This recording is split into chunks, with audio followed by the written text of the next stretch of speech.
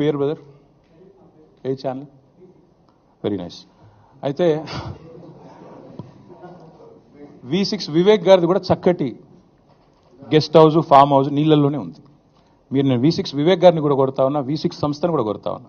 దయచేసి మీ V6 వాళ్ళు వెళ్ళి 2 కెమెరాలు చక్కగా పెట్టి V6 వివేక్ గారు ఎట్లా కట్టారో అందులో అది కూడా తీయండి.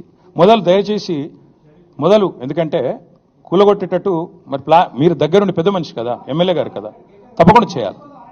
నేను అనేదల్లా ఒకటే, ఖచ్చితంగా సరే రేవంత్ రెడ్డి నువ్వు కాదు కదా, నీకు ఎందుకు టెన్షన్. కానీ నేను అనేదల్లా ఓకే థ్యాంక్ యూ, అంత ఆవేశపడకు. ఇంక కూలగొట్టట్లేదు, వివేక్ గది ఎట్లా కాపాడుకుంటాడు. కానీ నేను అనేదల్లా ఏంటంటే, నా అఫిడవిట్ ఏదైతే ఉందో ఇట్స్ పబ్లిక్ డాక్యుమెంట్.